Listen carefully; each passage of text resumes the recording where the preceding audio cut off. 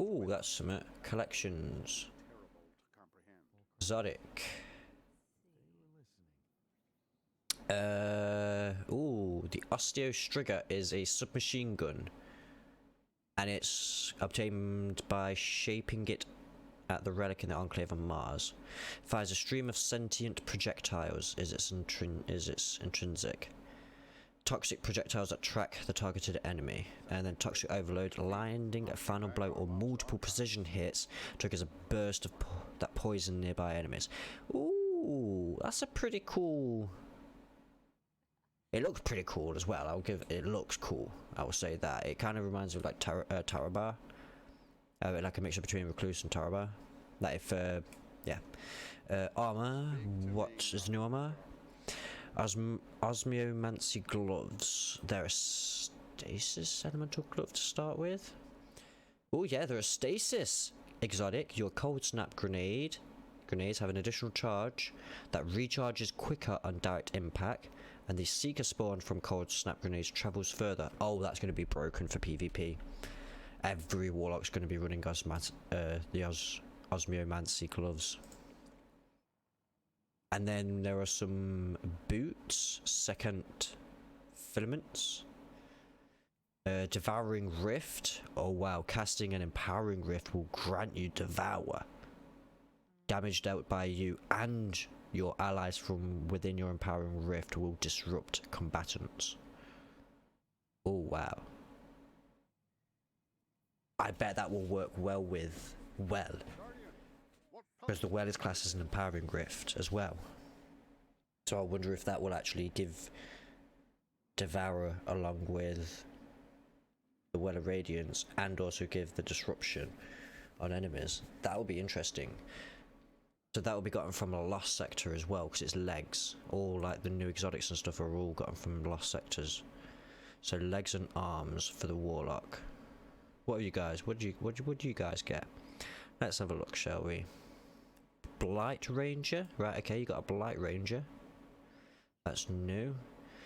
Hunter attacks you redirect with your arc staff, deal massively increased damage and generate orbs of power for your allies. Okay, so if you're using the arc staff and you're using the spinny one, I think it's the middle tree, reflecting damage now is massively increased. So I'm assuming in PvP reflecting a bullet will one shot the enemy, and it will also generate orbs. That's pretty pog. The next, is it Radiant Stance Machines? Not Starrator Scales. No, Renewal Graphs. There we go. Your Dusk Field grenades have a much larger effect radius. Okay, allies inside the Dusk Field take reduced damage and targets inside area deal reduced damage. Oh, okay, so it has a damage buffs to it. And then the Titan has the Laurely Splendor Helm. And the perk for this is when you have Sun Warrior, your sunspots heal you. When you are critically wounded, you create a sunspot at your location. Okay, so you get critically wounded, it creates a sunspot, and that sunspot just heals you. So that's going to be broken if there's no cooldown, or if it's a very short cooldown.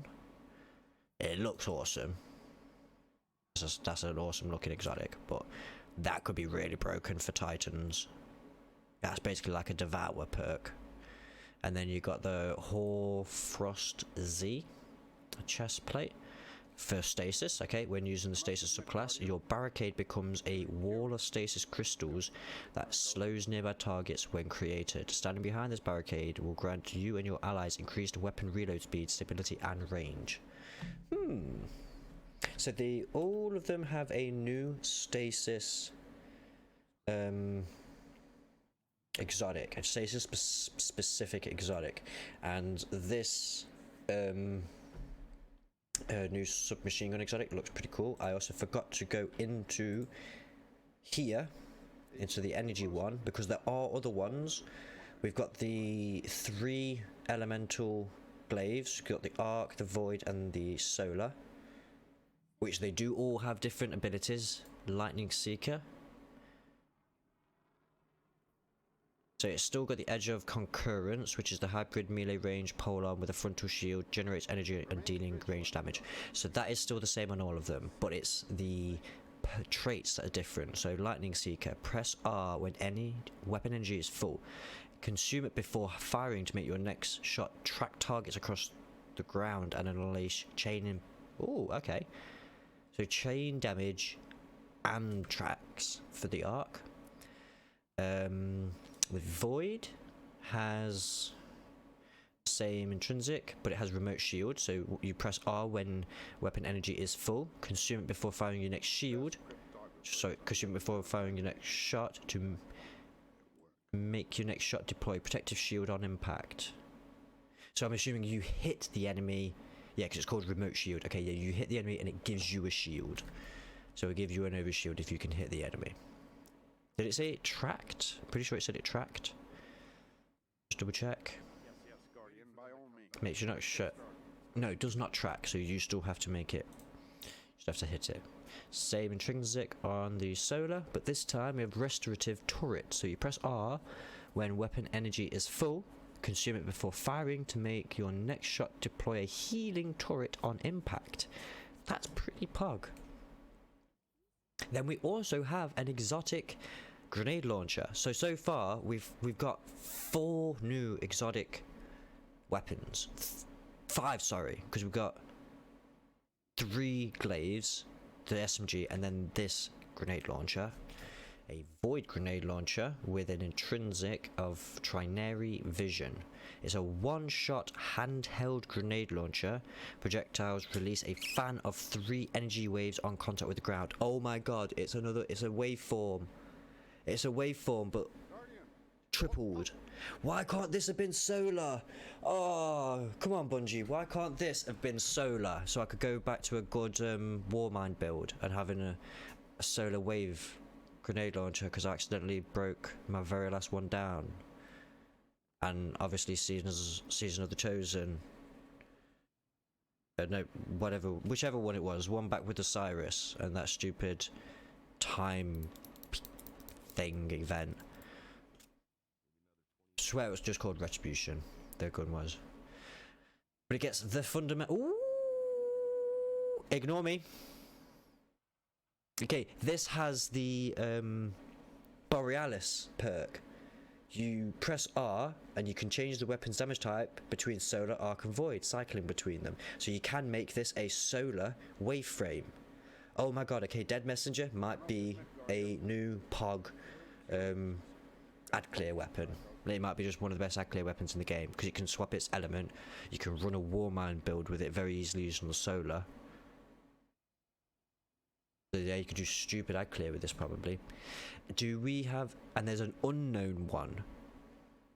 I don't know if this unknown one is a true unknown one from a different season or something, or if it's from this season, because I have not unlocked the Vex Mythic class. But I think that's literally the only exotic weapon and Aegis Scepter from last season were the only ones I don't think I had unlocked, along with the rocket launcher from Deepstone Crypt. Eyes of Tomorrow, there we go. And there is another. There is, okay, we've gotten a single primary exotic, 4 energy exotics, and a heavy exotic. They have gone exotic crazy with this.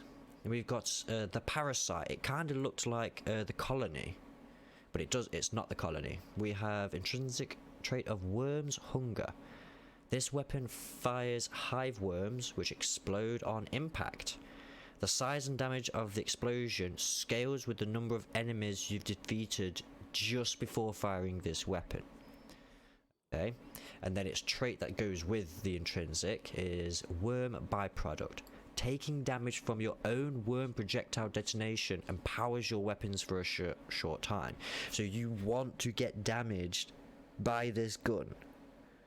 So basically what you're telling me is you want to go back to doing the old broken strategy of placing a well, going toe to toe with an enemy and grenade launchering them and somehow glitching it in that manner, because that's what this gun is basically telling me to do. It's got a 10 velocity? What? Okay, the velocity on this gun is 10, but it's got 120 rounds per minute and a 55 blast radius. What the hell? Ooh, the ornament on it does look pretty nice though. It's a shame it's locked behind 700 silver at the moment. It's not in the Bright Dust store. But there we go. There was a nice, good, quick look over at all the exotics that have come with this season. So thank you all. Like, subscribe, share it all out, and we'll see you in the next one.